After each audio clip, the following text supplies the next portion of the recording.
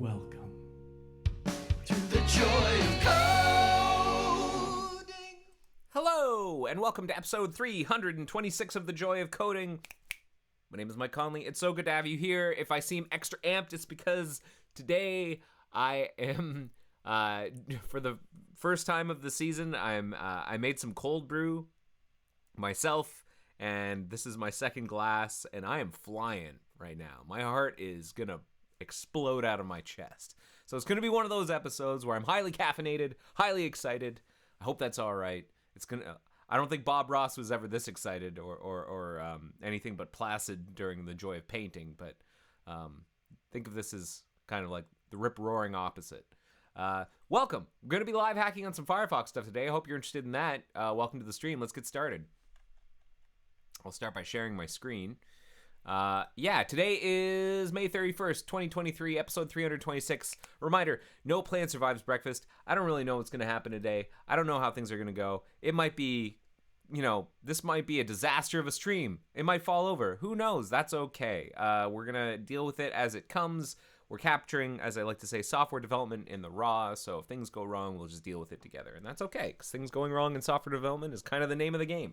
That's the first thing. The second thing is that the agenda that we're looking at is available to you. If you're watching this on Air Mozilla, check out the details section over that way.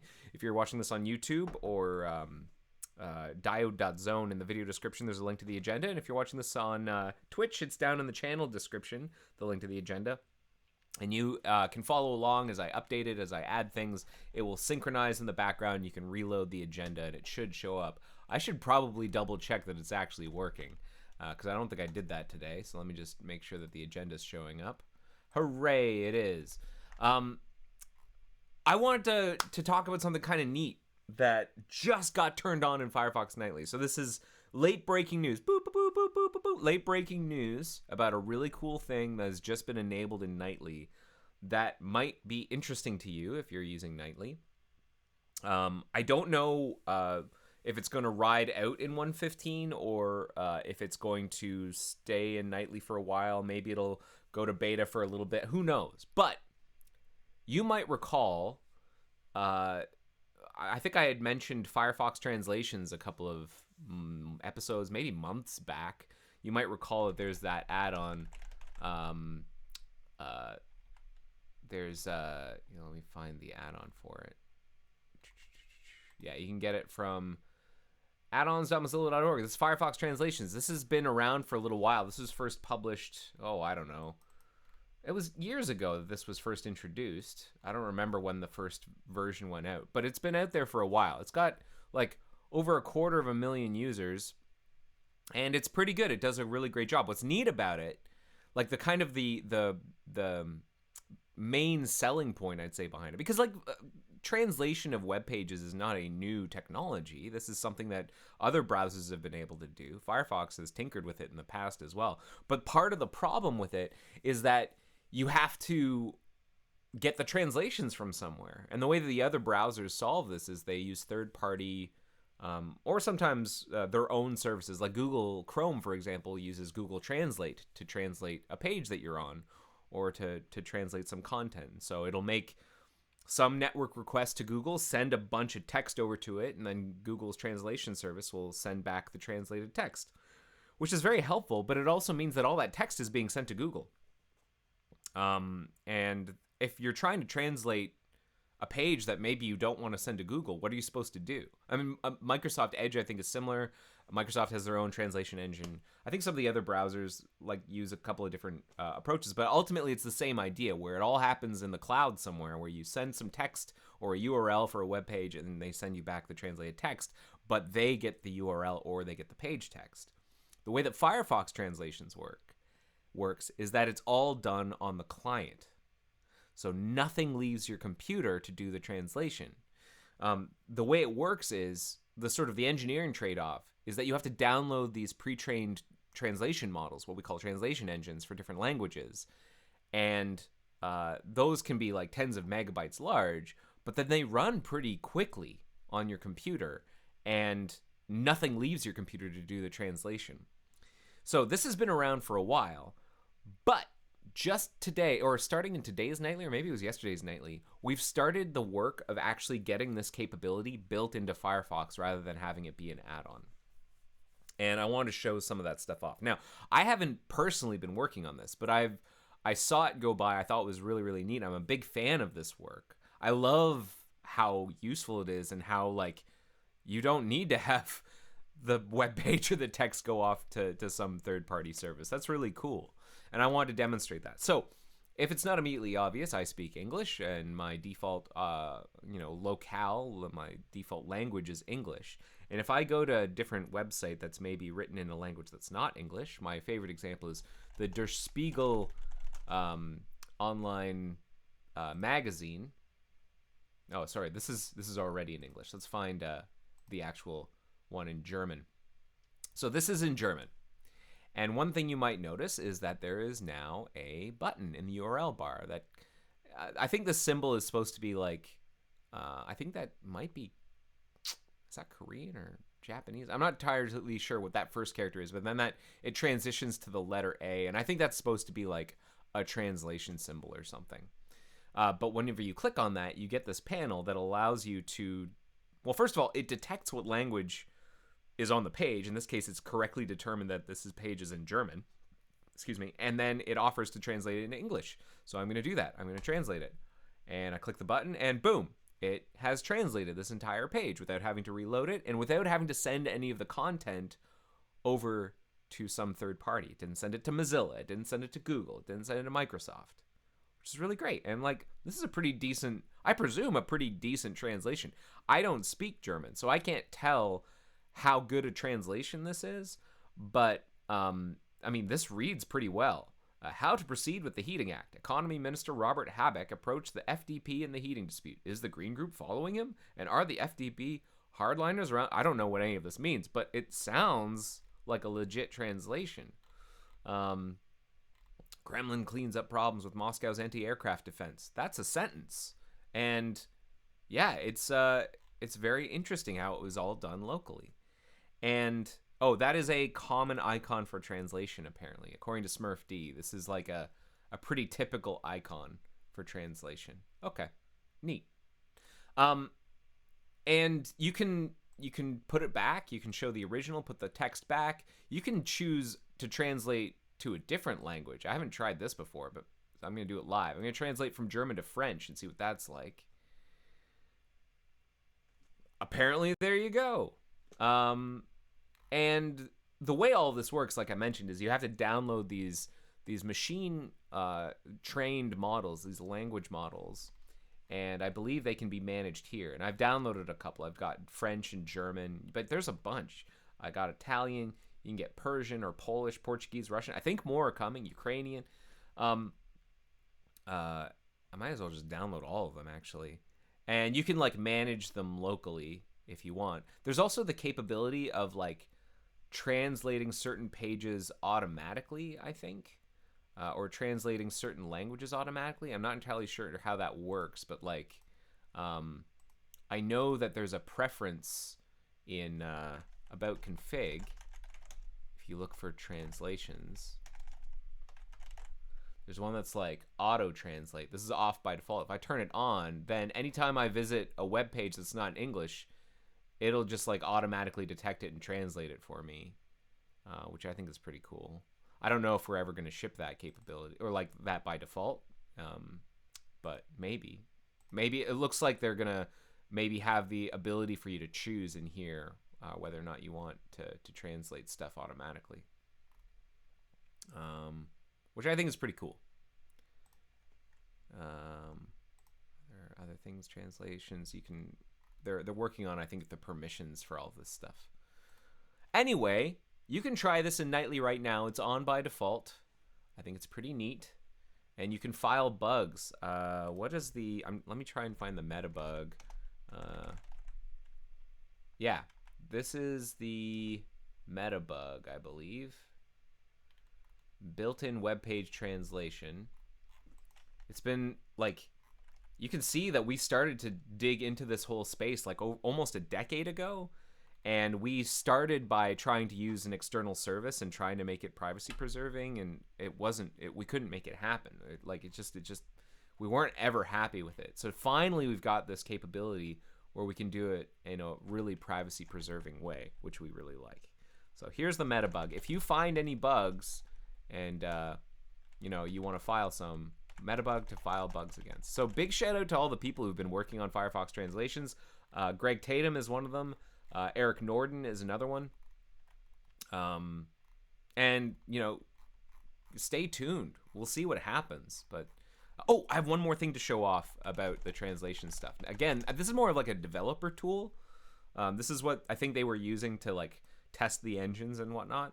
But if you go to About Translations, you can like write some arbitrary text like, this is some arbitrary text to translate, and let's translate that to French. I presume that is a decent translation. Maybe someone here who speaks French can determine whether or not that's a decent translation. What about German? There you go. This is some arbitrary text to translate. I hope you're having a great day. Ich hoffe, du hast einen tollen Tag. There you go. I don't speak German, but apparently now I can write it. J'espère que tu passes une bonne journée. Pardon my accent. I'm sure it's garbage. Anyway, so that was a lot of just showing off. Let's do some work now. What did I want to do? Well, I was thinking we could get back to the jump list stuff. It's been a while, and my build for that is still kind of going, but it should be done soon. So maybe we can start with that. What I was thinking we could do, what I wanted to think about, a lot of the complexity. So I've had some time to sort of like step back and think about the work we've done so far, and we've got some good stuff. But a lot of the complexity that we're dealing with architecturally is because we're trying to maintain the old backend while adding the new capability with a new backend, but the two backends share some infrastructure. And so like there's like certain assumptions built into the new backend, or certain assumptions from the old backend that are, because we're sharing that same infrastructure, the new backend is also inheriting, and that's making things rather awkward. And so what I want to do is determine if we can do a better job of separating out the jump list backend by reading a pref at runtime and choosing the right implementation. So the way we had been doing that historically, let's open up Sublime and we can take a look in the code here. The way we'd been doing that is, I think inside of the jump list script, we looked at whether or not we're using the legacy backend, and then we just call like a different method on it. Wait, there's a question in the channel about translations. SmurfD asks, will that About Translations be in release as well? Because that would be nice. That way you don't need to use Google Translate. I don't know. That's a great question. Whether or not this is going to be built in, or maybe it could be an external web page that just like users can go to, and like nothing has to leave the content. I don't know. Anyway, I don't know. That's a great question. Yeah, it's neat stuff though. Like, let's see what it's like if I translate this to Polish. I have no idea whether or not that's correct. Let's switch it around. I hope you're having a great day. Came in English. This is what it produced. Now I'm going to paste this, and it detects Polish, and let's translate it to English. Why is English not? Oh man, English isn't listed. So it can't go back to my existing language. That seems like a bug. Well, let's ask Google Translate to see how Good job, it did. Polish detected. Hope you have a great day. Good job. Good stuff. All right. So yeah, we were using this pref, and then we were just calling a different method based on whether or not use legacy backend is true or not. Like, I think we do that in here. Yeah, we have like these build list legacy build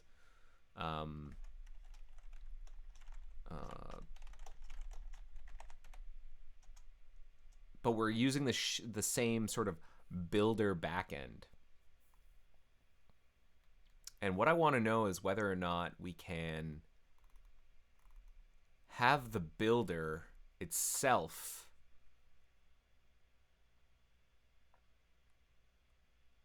be different based on the backend, so that the implementation for the new backend doesn't need to have all of the baggage from the old backend.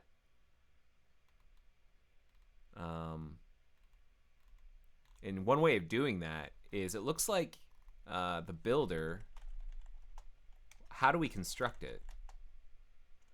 We like call create jump list builder from taskbar service.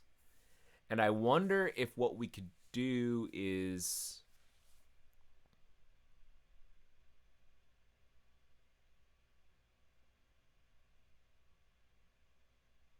along with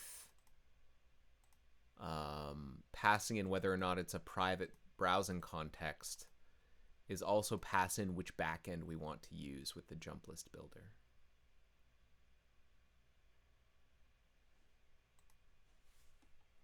So let's think about that for a second.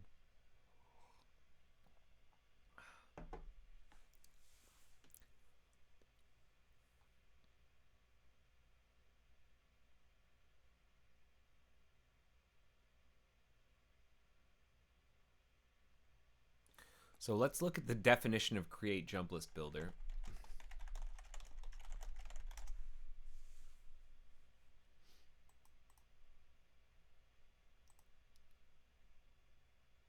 It uses xpcom to create an instance. So we could like read this preference and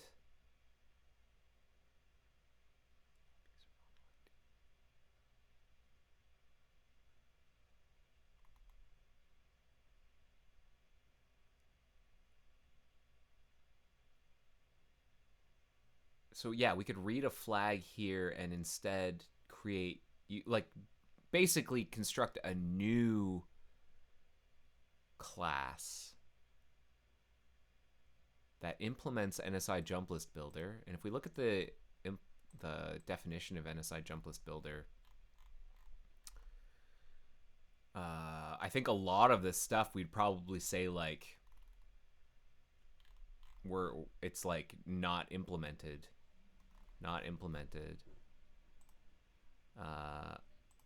Is that awkward? That way, create jump list builder will return back something that implements NSI jump list builder, but one will have like a new method on it, and one will have the old methods on it.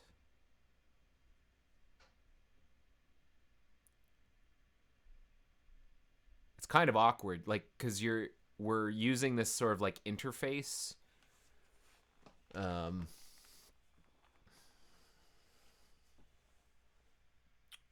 jump list builder.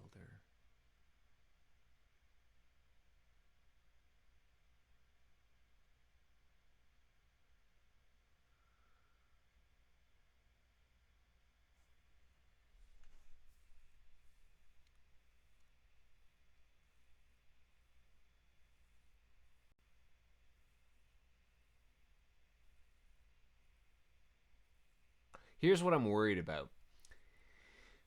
We're gonna have a thing. It's almost like we're gonna have two things that implement the same interface, but mostly it's going to be like a disjoint set. Like, it's like the new implementation is not going to implement most of those methods, and the old implementation is not going to implement that one new method. So it's like, it's a little awkward. And to what advantage? The advantage is that, like, the caller gets the same interface back, but then the caller is still going to need to know whether or not they can call one or the other, like what methods they can call. So the caller is going to need to know whether or not they're using the legacy backend or not. So it's a little like, are you we're kind of like working oh wow, there's a lot of traffic here. Hold on a second. Let me see here.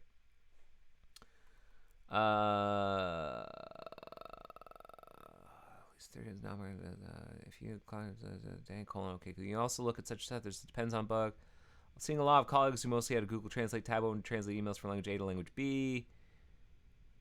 And then Danny Colon pointed out this bug: add telemetry to about translations. The telemetry from the add-on was not ported over. We should port that and request a data review. They're going to experiment offering a full page feature. That's maybe, yeah. We'll see. Watch that space. So maybe what we can do is we can rename this interface like NSI Jump List Legacy Builder Legacy.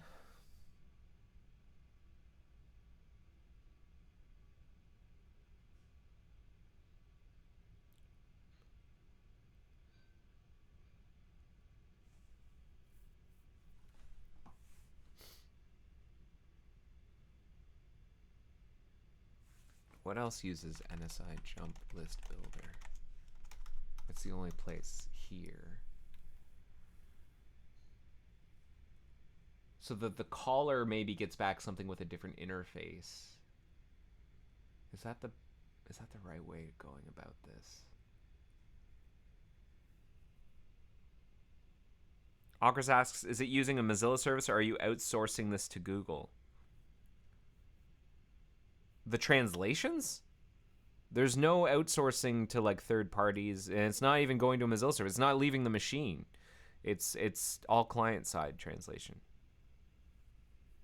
So we download the trained models. Like Mozilla is doing the training of the models. So yeah, it's not being outsourced. It's all happening on your computer. And relatively quickly. All right. What would be the effort to rename this interface NSI Jump List Builder Legacy? There's a bunch of like generated files that would change, but the actual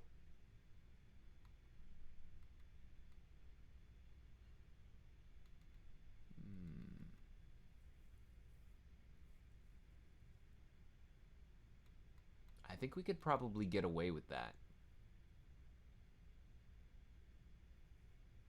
And then when taskbar could return NSI Jump List Builder Legacy, create Jump List Builder, create Legacy Jump List Builder. Maybe that's what we'll call it. NSI Legacy Jump List Builder. And then we'll have it also have a method for creating a new kind, create Jump List Builder, which has our simpler interface.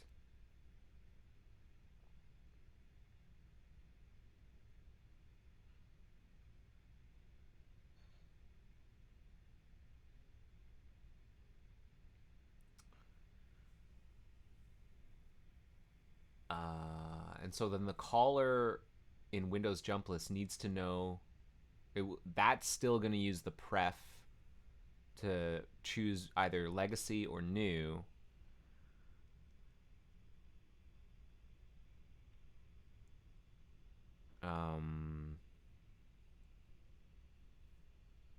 Okay. I think I like that better. Let's start.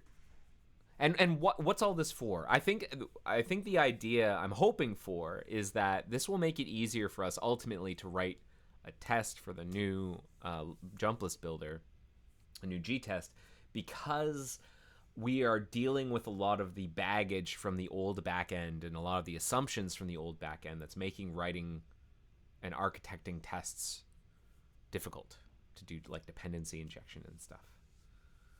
That's the current issue. Did this build? Oh, this build's still going. Okay.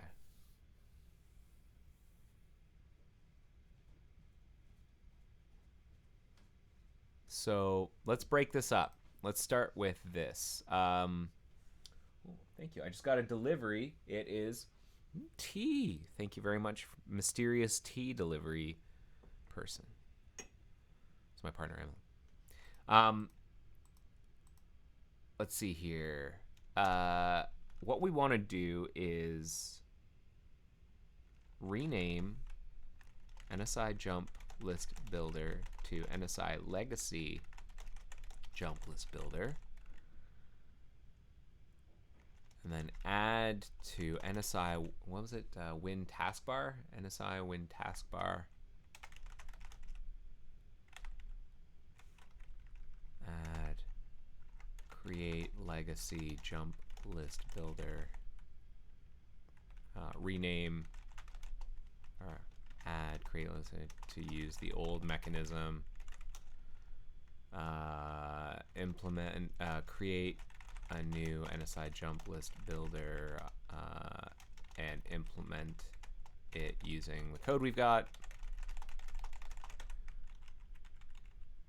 And then create jump list builder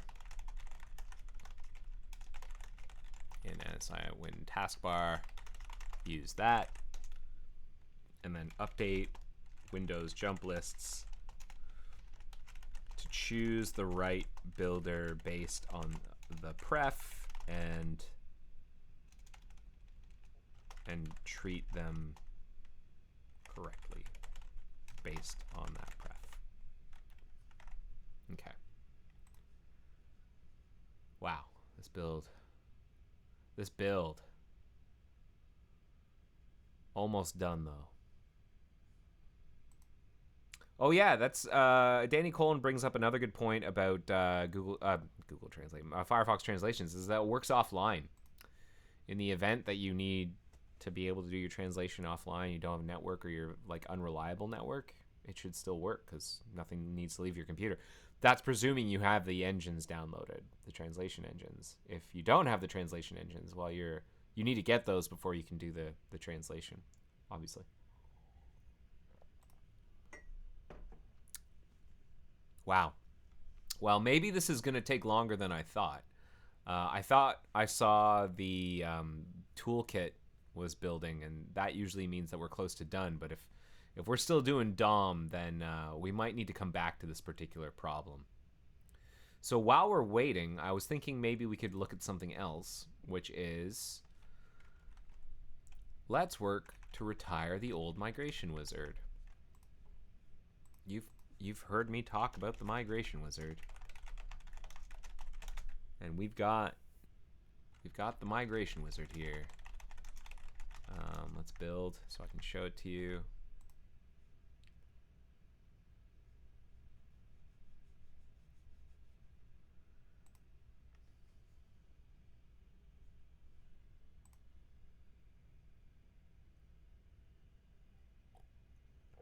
The build time has increased greatly. In November 2022, it was taking 3,038 seconds to build on my PC, and yesterday it was 13,502 seconds. Yeah, I wonder what's going on there. Why build? I know that as we've added more Rust to the code, sometimes that has an impact. Yeah, I don't know. I don't know what's taking so long. But I'm doing an artifact build over here, so hopefully that won't take as long. While we're waiting, does anyone have any questions about anything that's going on here? You want to talk about jump lists? You want to talk about translations? I mean, again, I don't have all the answers, but I can try.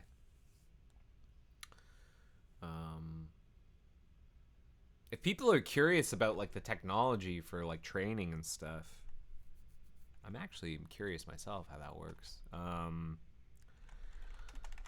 I think there was some information. Like this was an effort from like a what was it? It was like a cross discipline. What am I looking for here? What am I trying to say? This was a collaboration with some researchers.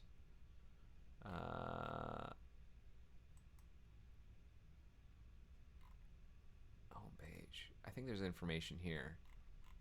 Project Bergamo. Yeah. The European Union.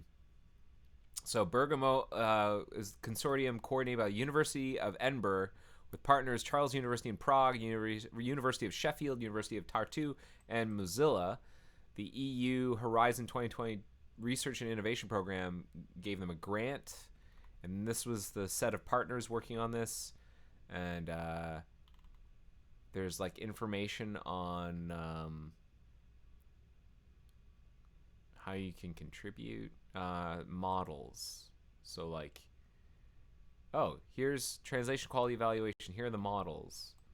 Recommend running this on a Linux machine. Is this how you do training? Maybe this is how you do training. Like, a lot of this stuff is, like, I think all of it's open source. I think it would all have to be.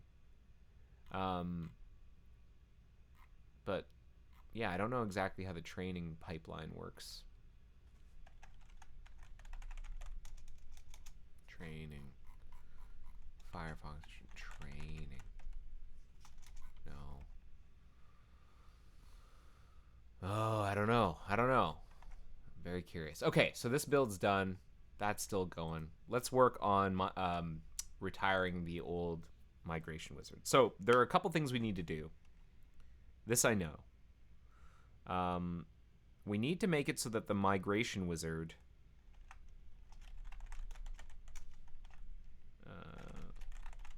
that showing it can block.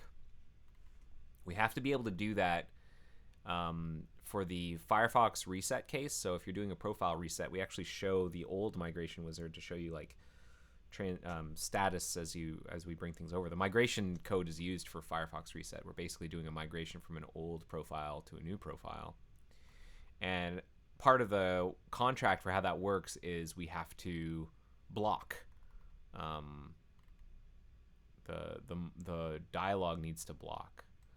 So I think what the first thing we need to do is allow ourselves to enter this branch,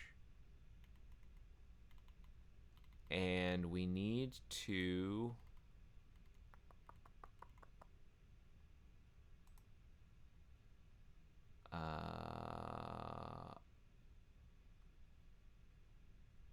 open up the window. We need to block.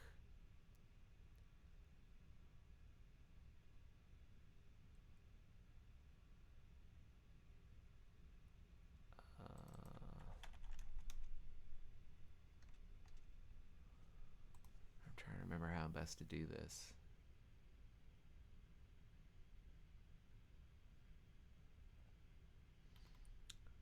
Standalone window.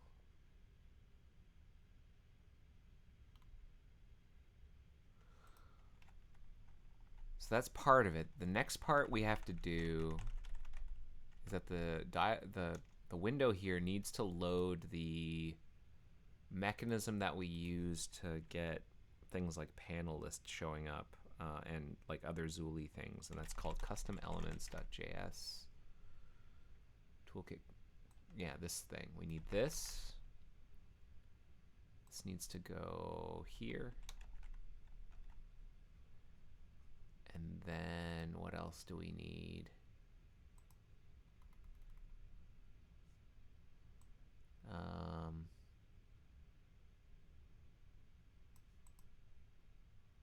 The registration of the actors needs to occur.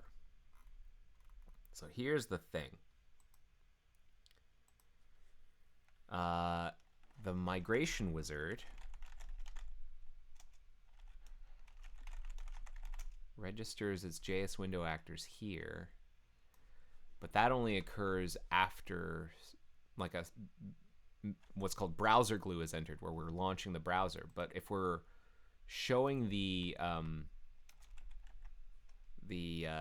migration wizard before startup has actually finished, then the registration will not have occurred. So we actually have to move this registration earlier on. Oh, someone has posted some information about the training pipeline. Here it is. Here's the Firefox translations training pipeline. Check it out. Here, I'll put a link to that in here. Training pipeline. Maybe you too are interested in using this code. So we actually have to move the registration of the actors to sooner, and I'm going to try and do it here. And the way that you register actors is register actor manager parent register. I think it's like Chrome Utils register window actor. Yeah.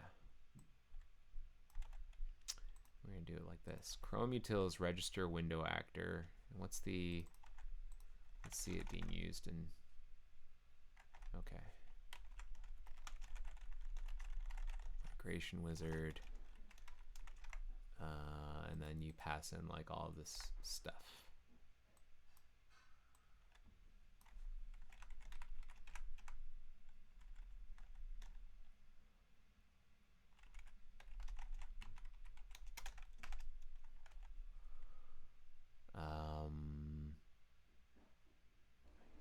Now let's see what happens if I mock build faster and then mock run, and I think the command line argument is migration.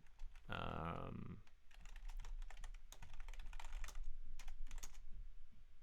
migration, yeah. Let's see what happens.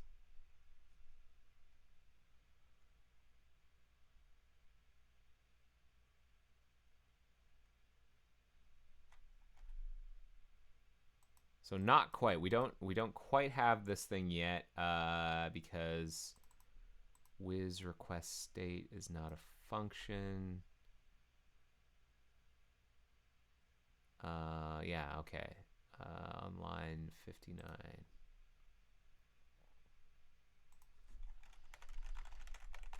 Window.js request state Wiz append child Wiz get element by ID wizard.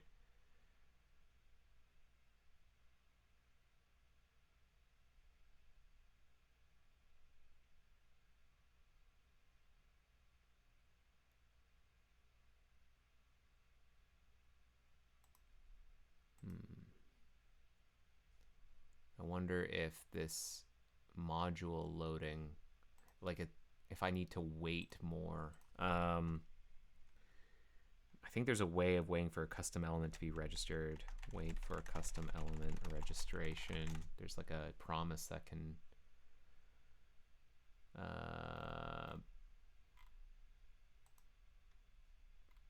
upgrade when defined. Yeah.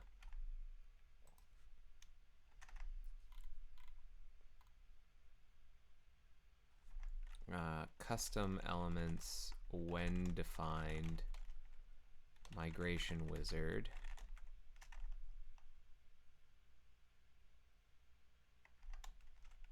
Then request state. What happens now?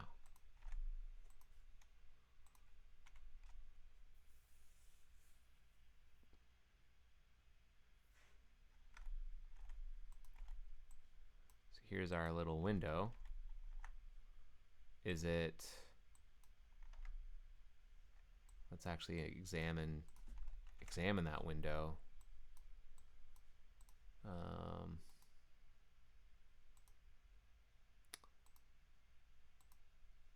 It's our panel list. Yeah, it doesn't have its like custom element stuff.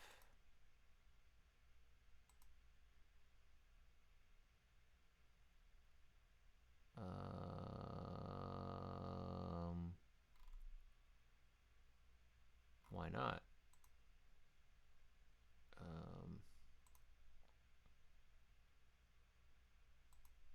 Oh, because I didn't close the script tag. Of course. Needs that. Okay, let's quit. Run this again. Okay, good. That works. That's what we wanted. Now, it's not blocking right now. Oh wow, and it's listing like all of these different Firefox profiles that I have. So we need it to block now. How do I get it to block? I'm going to do that by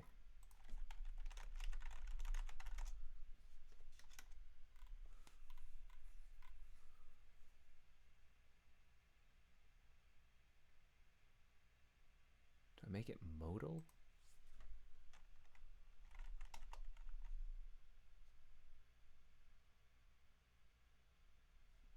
Is that how I make it block?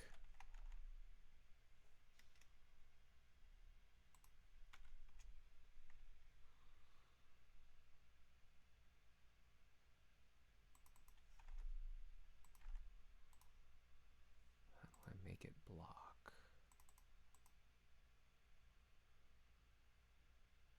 Maybe this needs to be like open dialog.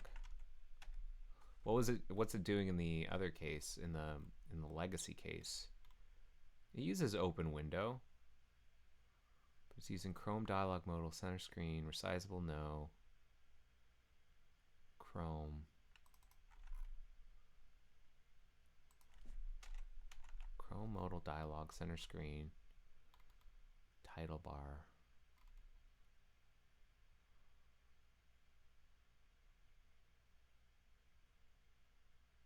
And uses service open window. Okay.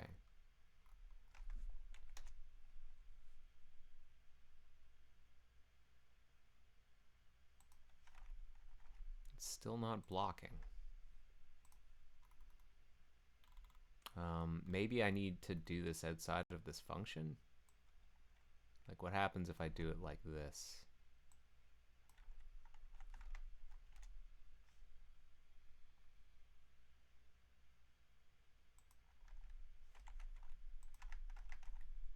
No, it's still not blocking. I need this to be a blocking.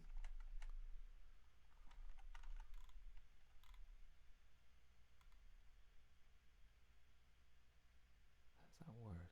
Migration XHTML.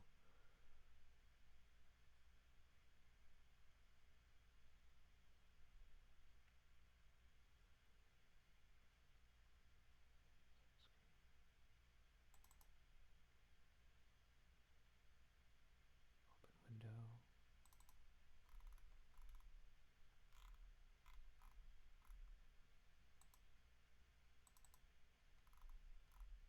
Well, all right, let's see what happens if I content modal. I'm gonna disable the new migration wizard for a second.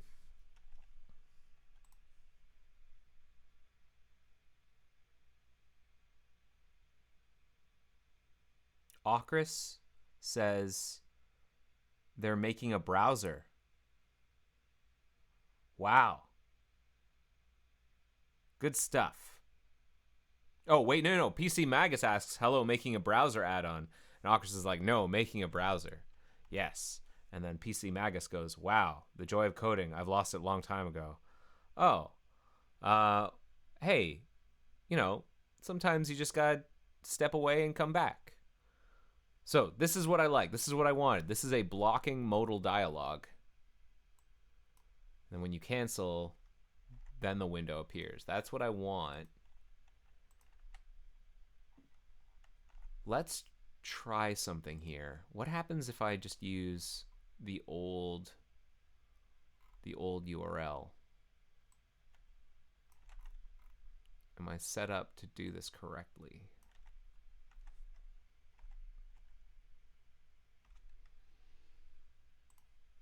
Hopefully you'll find the joy again. See, that works. But as soon as I turn this into an HTML document, oh, hold on. Let me put that back. And then I think I have to like mock build again.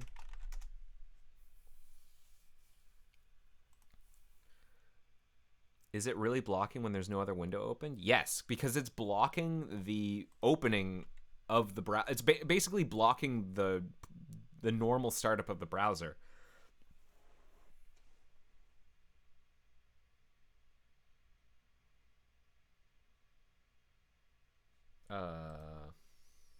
Docker. So that didn't do what I wanted. Open dialog is not a function. 606. Did I accidentally say open dialog? Open window.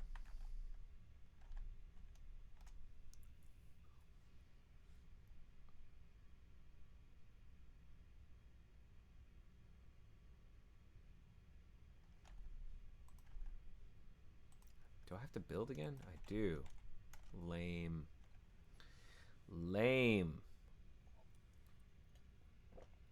Ooh. Sharp. You don't want a modal to block normal browser startup. That's right. Because the migration wizard in this case runs before we've actually done a profile lock, before we've locked the browser profile, which allows us to migrate from the browser profile or to we're at an interesting window of time where we can do more things with the browser profile because it's not been locked yet. The browser process hasn't attached to it. So that blocks. Now if I put the old URL back,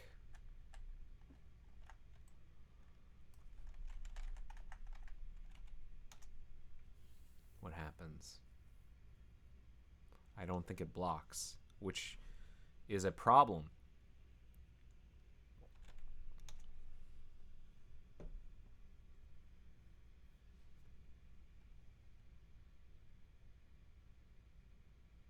Oh, here we go. This is blocking now. Good.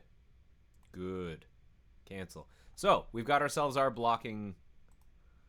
We've got our blocking. Now I wonder if this is because I needed some of these other arguments and I wasn't building before. Okay, so here's one problem, is that size to content, like I can't, because this is blocking, this function doesn't know what, because open window is blocking, window isn't having its value set to it by the anytime like the, oh geez, what am I trying to say? Basically what I'm trying to say is I think we want to get rid of this. And then what we can do is, instead of calling on resize, we'll say size to content.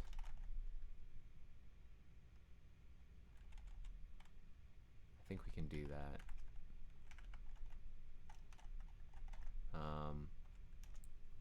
Let's see what that looks like.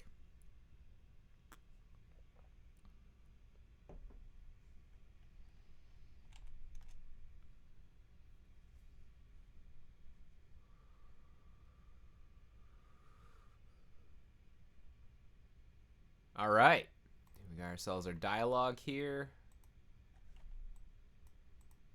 Now, unfortunately, this doesn't scroll, and it kind of needs to. Like, we need to be able to get to the bottom of this list. So, I'm gonna have to figure that out. I don't know why that doesn't scroll. Also, it's kind of like busting out the side of the this rectangle. It should probably truncate. That's annoying. Okay, but we're on our way here. And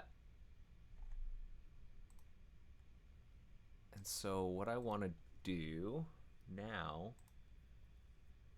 is get rid of that.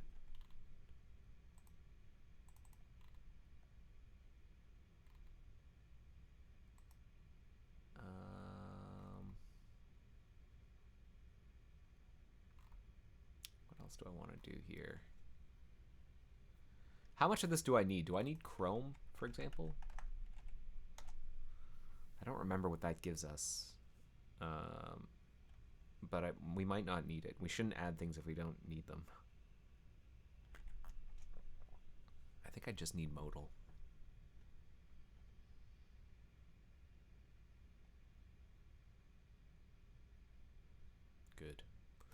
Good.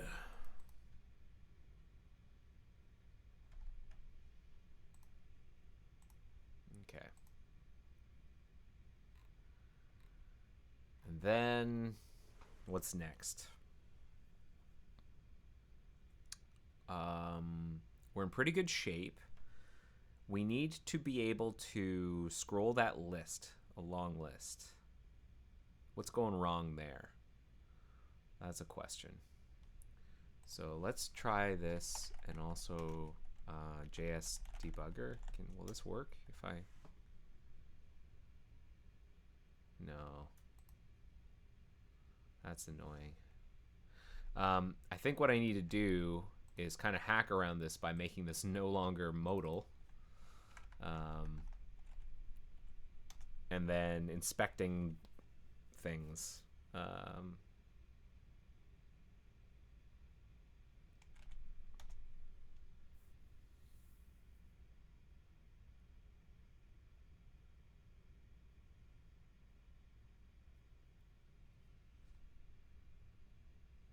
Okay. Disable pop-up auto hide. Okay, what is going on here?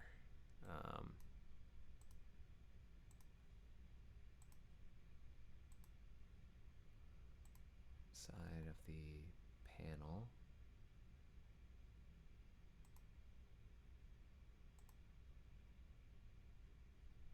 Overflow Y. You should be able to scroll it. Maybe it's the panel.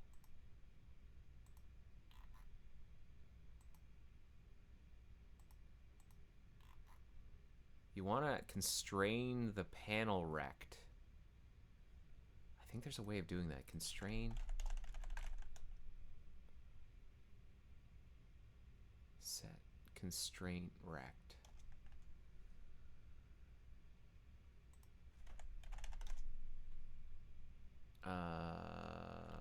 Select parent. Set constraint rect. Browser constrain pop-up.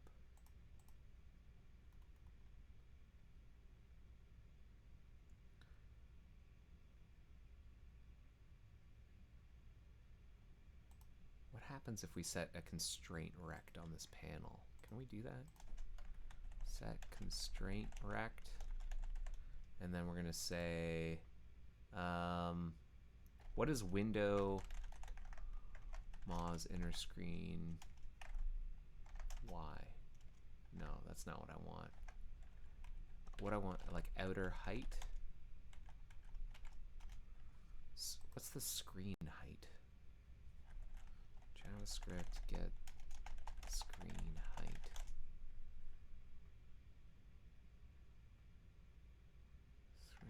Window screen height. Okay. Okay, so then our constraint rect will be 0, 0. What's the definition of DOM rect again? DOM rect.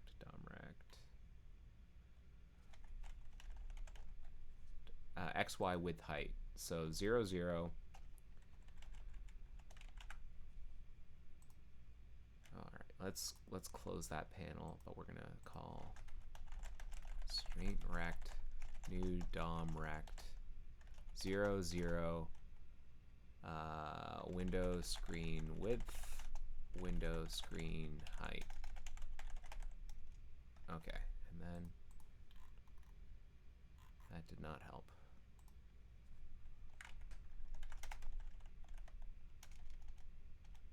How about if I make it smaller? Set constraint rect new DOM rect 0, 0, 500, 500, or 300, 300. What happens? Okay, so that is having an effect, but it doesn't allow it to scroll. It doesn't use it as like a scrolling constraint.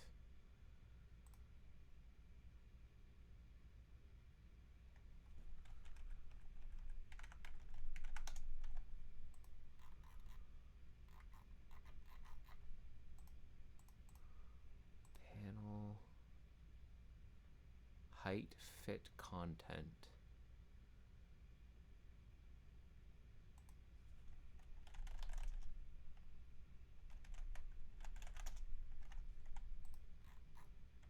How do I get this to scroll? What is the height of this panel?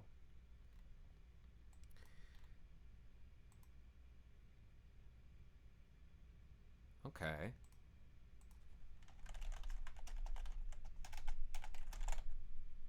So it is actually this high. It's just not scrolling the underlying content. This stuff is hidden. How tall is this thing? So that's quite tall. I need it to know that it's overflown. No, that's min height. Is that it? No. I need it to know that it's overflown so it will scroll.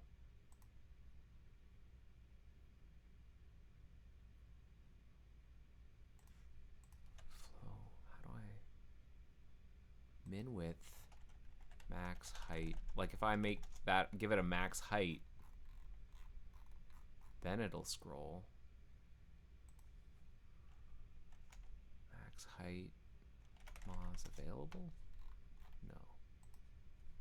Max height.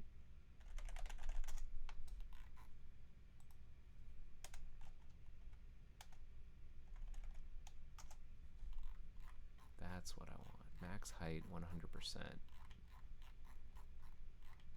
think that's what I want. I wonder if I could also have said like flex 1. No? What is this display? What is this display?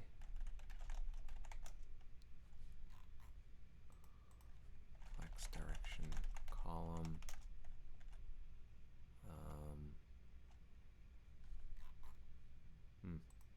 Max height 100% seems to be doing it.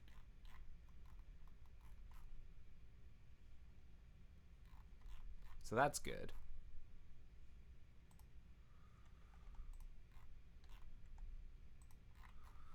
The other thing we need to do is deal with some of the widths here. Like these labels being quite long is pushing the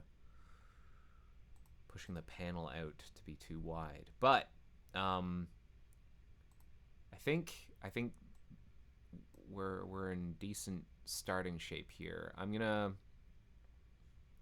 update wizard.mjs. There's a way we have to do this currently with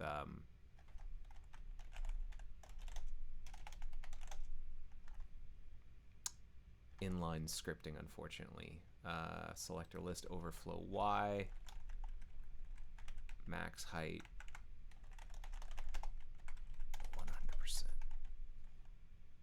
Okay, so now if I run this, what will it do? Reggie do. Okay, that's good. And then I'm gonna put this back. Build faster. Hey, chatter. Danny Coleman was like, you were searching for where Open Window is declared.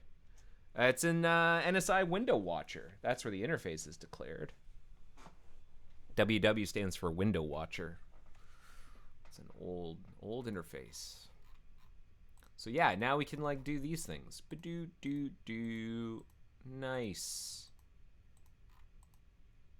And now I think there's one last piece of the puzzle here, which is we want to make it so that when we're doing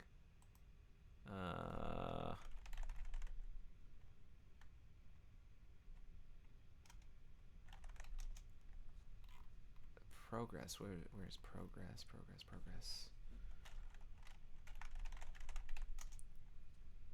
Yeah, there's like session, other data, cookies still being migrated. we migrate? I think we do migrate cookies whenever the user is doing a Firefox reset. So we need to have that be available. We need session and other data. The rest of these we have by default. Let me see if I can find where these strings are. Other data, and then it's like windows and tabs. So we're gonna add these as well to our constants for the progress types. So we're gonna add session, cookies, session, other data.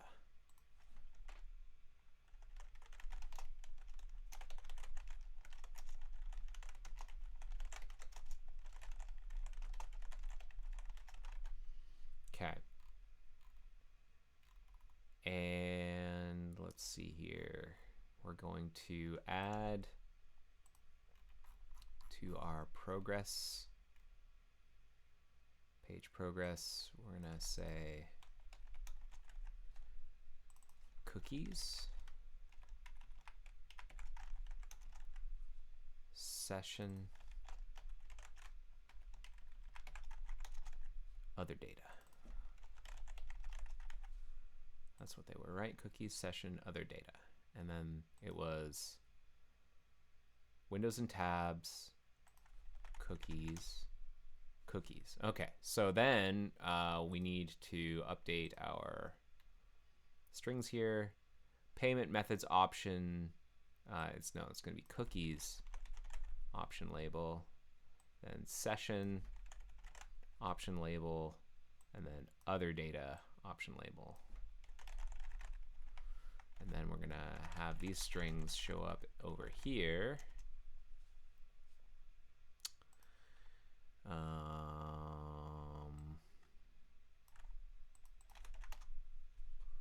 So we're gonna add these underneath here. We're gonna say cookies.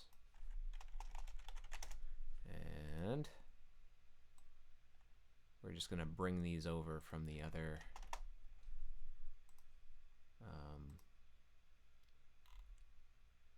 windows and tabs.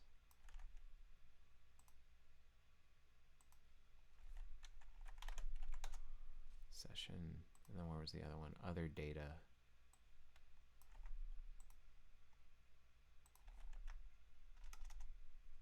Yeah, just other data.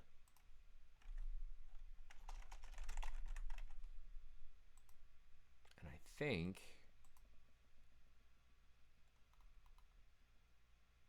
that'll do it. So if I build that,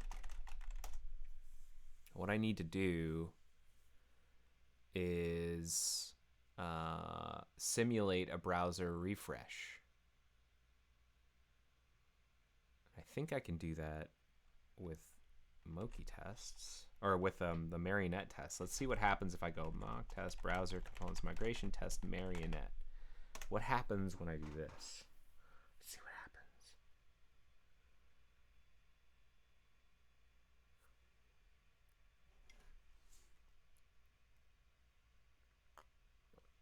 This is what exercises our Firefox reset stuff.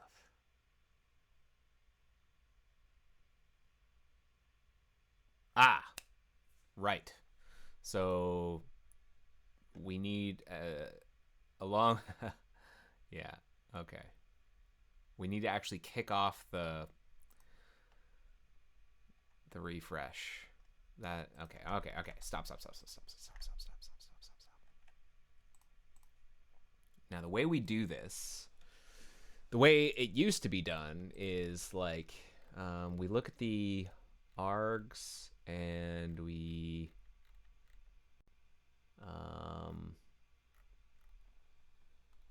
source data for localization. There's like auto migrate.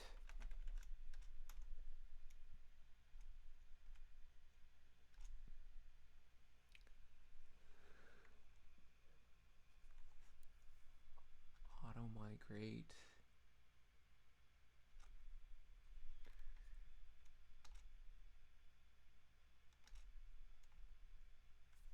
Where Where's the migrate part?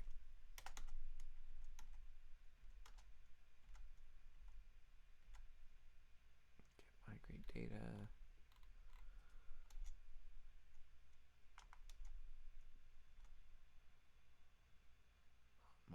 Migrate. Here we go.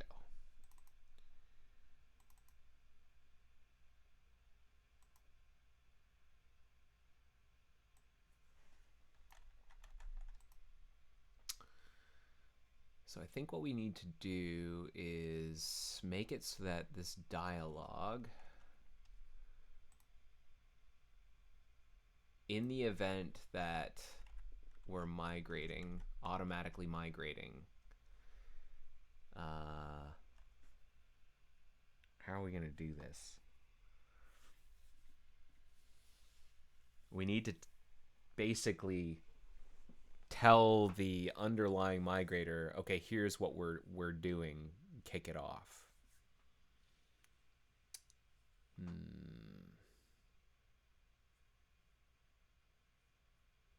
So it's like we send a message down to the migrator widget saying, here's the information, and then it will send a message up to kick off the migration. Okay. Selected profile from the migrator. Okay, so that's interesting. I think the arguments that we'll get if we are migrating automatically will be helpful here. Options will be coming in, and options will include whether or not this is a startup migration, the profile to use when migrating,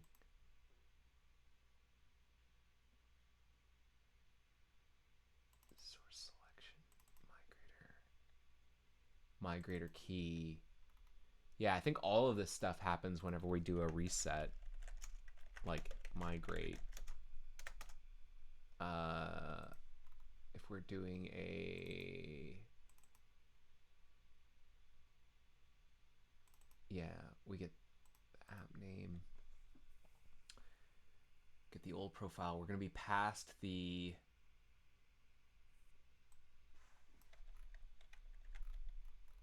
what is this? Do migration.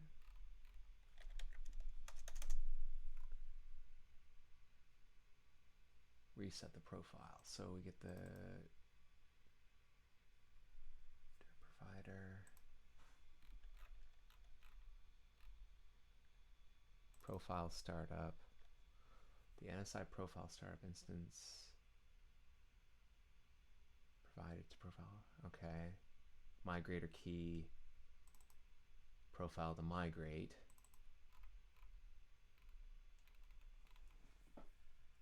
Okay, show migration wizard is going to be skip source selection is a refresh, entry point. Okay.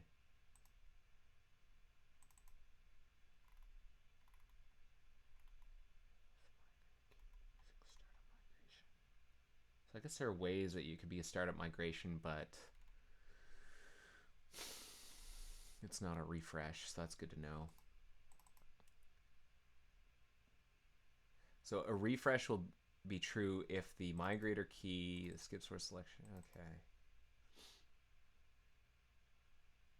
So this is kind of the key part here. This means we're going to kick this things off automatically. Skip source selection. So I think what we want to do then is in here, if args.options.skip source selection, then we need to tell the migration wizard auto migrate, right? How does the migration wizard parent migrate? Then it will do browser migration.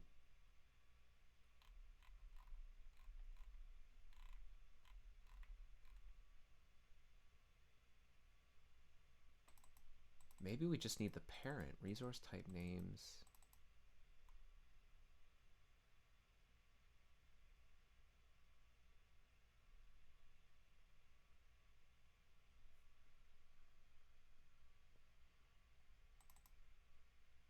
No. Maybe this is all we need to do. We kind of just need to expose this. Do browser migration. But maybe we just need to expose from here. If we get the actor, the parent actor,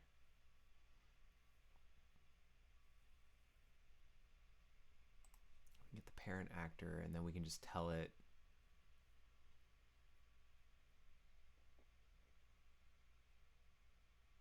begin progress, like begin if args.options, what was it? Skip source selection.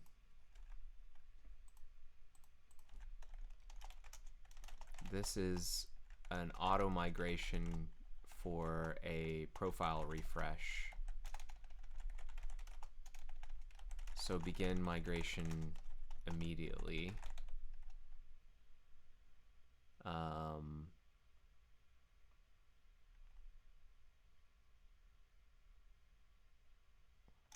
This dot profile refresh, do profile refresh, and then we're gonna pass in just the information we need, which is options dot the migrator key, the migrator,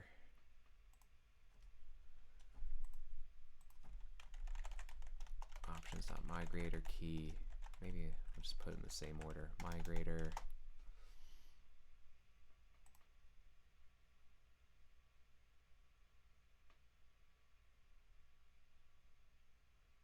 Profile ID.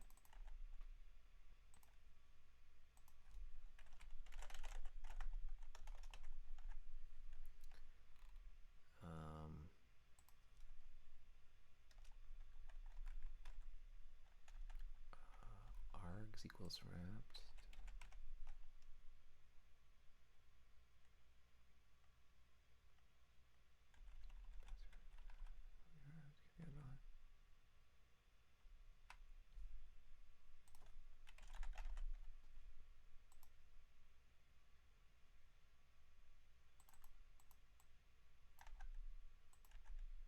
And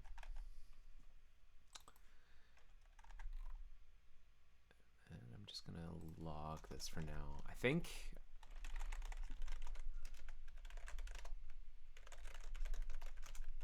I'm gonna stop shortly, but we're making really good progress here.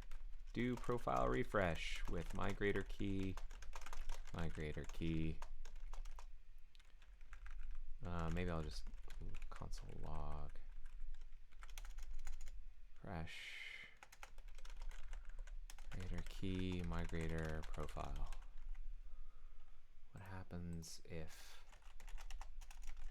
I do that?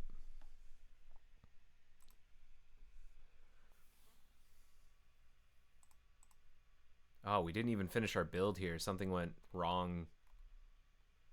Yeah. Well, I need to clean that stuff up anyways.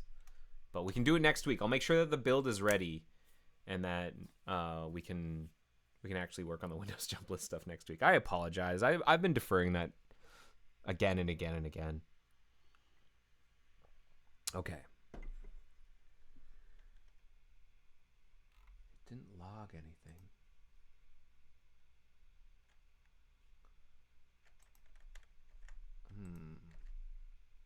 Do I need to build faster? Do I need... Here I am. Maybe console.log isn't available that early on. The console service. I can believe that. All right. I just want to see something printed to the console.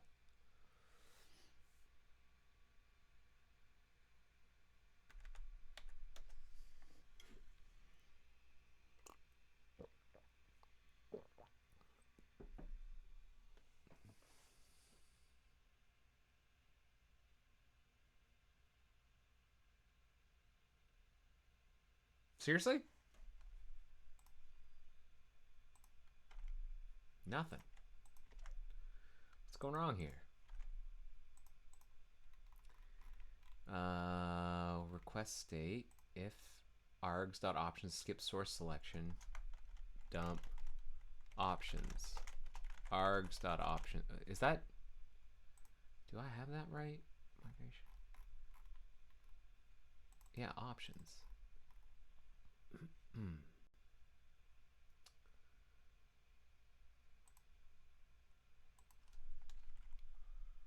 args.options JSON stringify.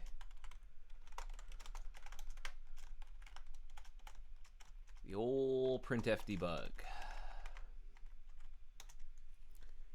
All right, no matter what happens, I'm calling it here. Not to TMI you, but I'm not feeling too good right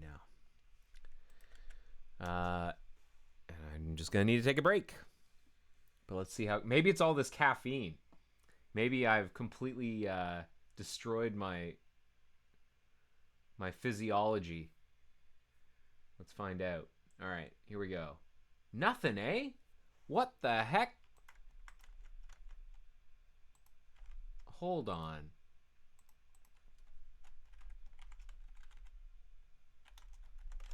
Here I am.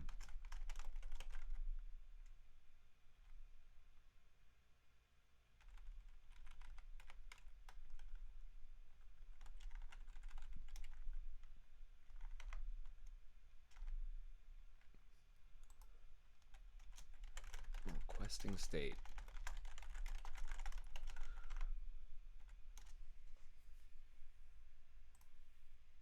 Smurf D says, get well. Oh, thanks, Smurf D. You're the best. You're the best.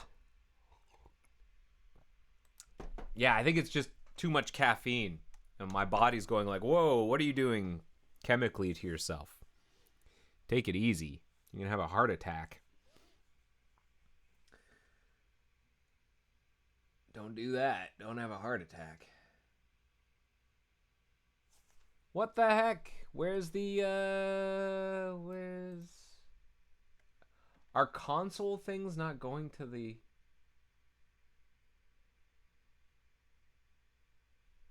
Maybe we're not capturing logs.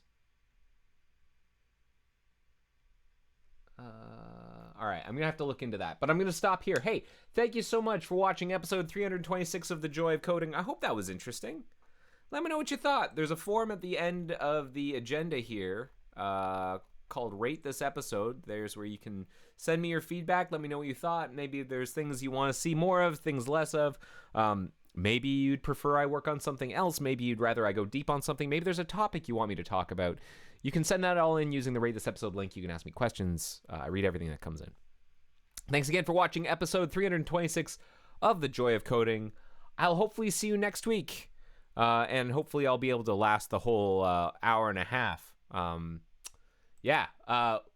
in there, everyone. We're going to make it. Take care.